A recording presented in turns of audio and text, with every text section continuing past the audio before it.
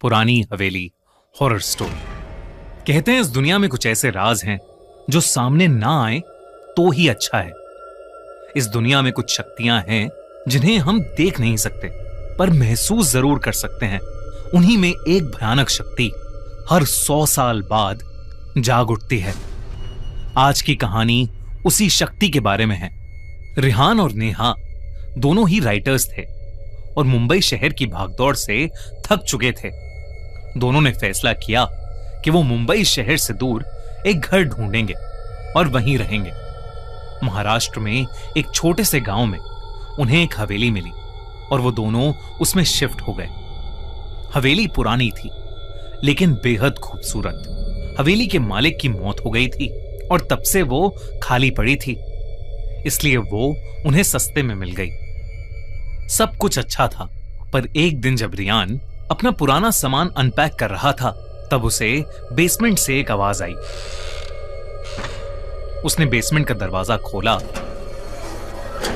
तो उसमें एक पुरानी रॉकिंग चेयर पड़ी थी जो बार बार एक बड़े से संदूक पर अपने आप गिरे जा रही थी।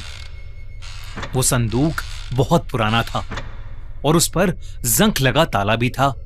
रियान को ऐसा लग रहा था जैसे उस संदूक के अंदर से कुछ हिल रहा है। रिहान ने उस संदूक पर लगे ताले को तोड़ दिया। जब उसने वो संदूक खोला तो अचानक उसे एक ठंडी हवा महसूस हुई।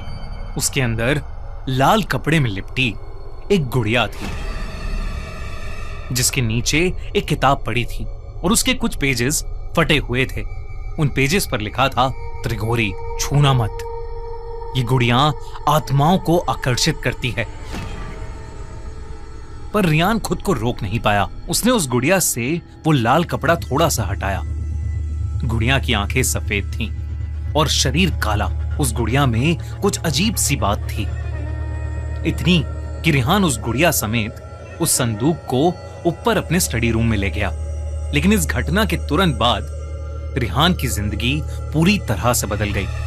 रिहान को पूरी रात अजीब सी आवाजें आती रहीं, जैसे कोई दर्द में चीख रहा है, उसे बुला रहा है।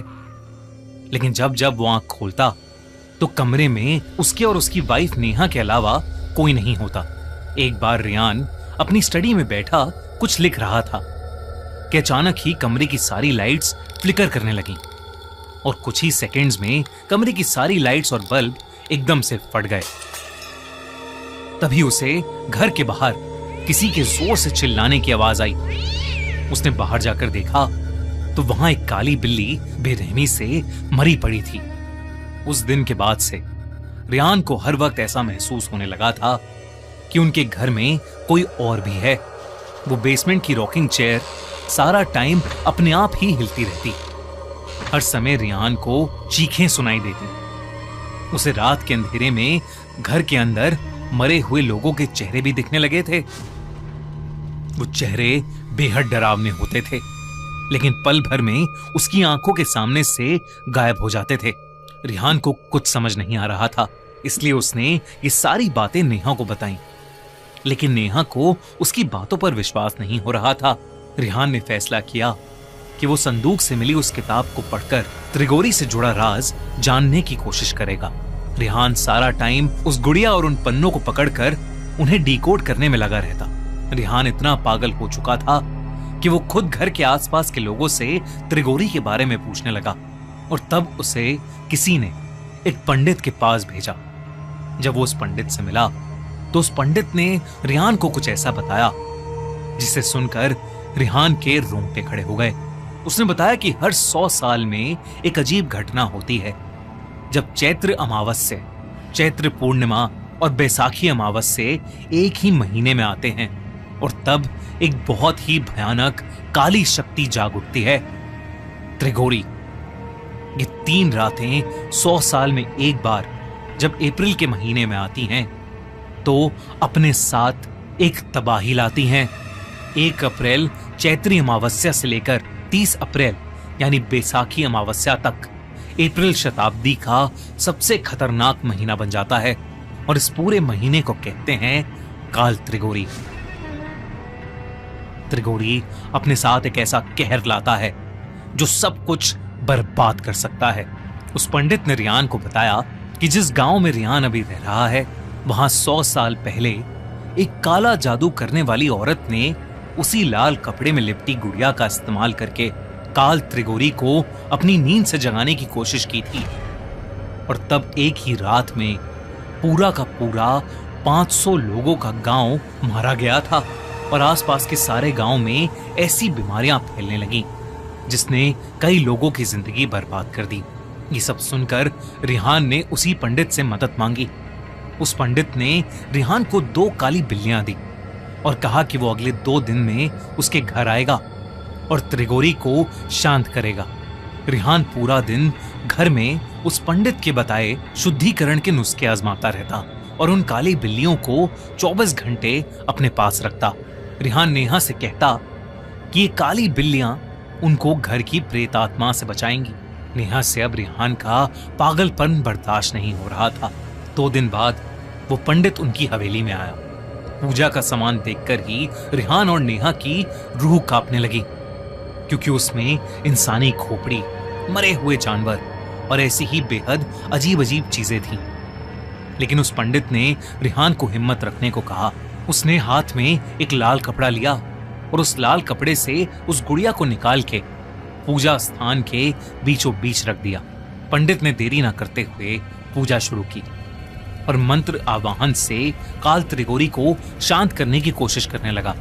पूजा शुरू करते ही रिहान को बहुत तेज दर्द में किसी की चीखें सुनाई देने लगी।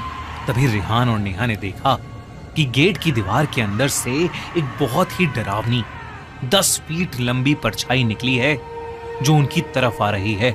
जैसे जैसे वो परछाई उनकी तरफ आ रही थी, वैसे वैसे घर की सारी लाइट्स अपने आप फूटती जा रही थीं। तभी एकदम से बहुत ही तेजी से दरवाजा खुला और वो परछाई घर के अंदर आकर हवा में कहीं गायब हो गई। और तभी घर की सारी चीजें हिलने लगीं। वो बिल्लियां आपस में एक दूसरे से इतनी बुरी तरह लड़ने लगीं कि उन्होंने एक दूसरे को नोच काट कर मार डाला। नेहा को अपनी आंखों पर विश्वास नहीं हो रहा था। उसे लगा कि ये सब उस गुड़िया की वजह से हो रहा है, इसलिए उसने हड़बड़ी में बिना लाल कपड़े के उस गुड़िया को उठाया और उसे काट कर जला दिया। ये देखते ही वो पंडित कांप उठा। उसने बताया कि काल त्रिगोरी से ऐसे छुटकारा नहीं मिलेगा और बिना लाल कपड़े के उस गुड़िया को छूने की हिम्मत करके नेहा ने अपने पूरे परिवार को संकट में डाल दिया है और अब उन्हें मरने से कोई नहीं बचा सकता। वो पंडित पूजा को बीच में छोड़कर ही घर से जाने लगा। रिहान उस पंडित से मदद की भीख मांगता रहा, लेकिन वो पंडित इतना घबराया हुआ था कि उसने कुछ नहीं सुना और वो वहां से चला गया। रिहान और नेहा की उस रात बहुत बुरी लड़ाई हुई। रिहान उस पूरी रात सो नहीं पाया क्योंकि उसे बार बार वही 10 फीट लंबी परछाई दिख रही थी जो धीरे धीरे और ज्यादा डरावनी होती जा रही थी। अगली सुबह उसे नेहा की चिल्लाने की आवाज आई। वो उसके पास पहुंचा। तब नेहा ने बताया कि पिछली रात उसके माँ बाप के घर में आग लग गई और उसकी पूरी फैमिली उस फायर एक्सीडेंट में मारी गई। रिहान ने डर के मारे अपना सर पकड़ लिया।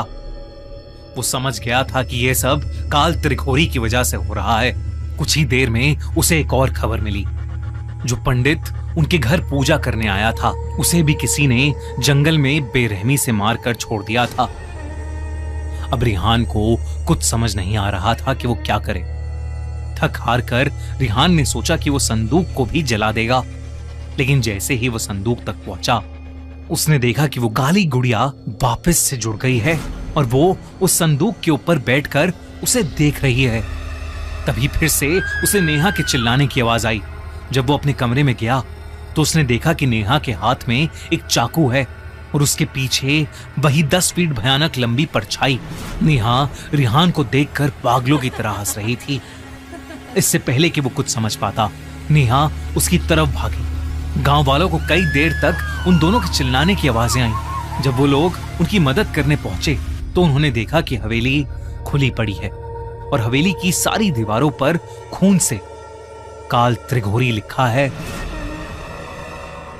जब गांव वाले हवेली की बेसमेंट में गए तो उनके रोंगटे खड़े हो गए, क्योंकि वो दोनों पति पत्नी घर की बेसमेंट में बेजान पड़े थे। पुलिस की इन्वेस्टिगेशन में उन्हें रियान के स्टडी टेबल पर उसकी डायरी मिली, जिसमें उसने पिछले कुछ दिनों में जो कुछ भी उनके साथ हो रहा था वो सब लिखा था। लेकिन जब पुलिस ने पूरा घर छाना तो उन्हें वहां ना ही कोई संदूक मिला और ना ही कोई गुड़िया, बस दीवारों पर बड़े बड़े खून से लिखे हुए 2 शब्द, काल त्रिघोरी।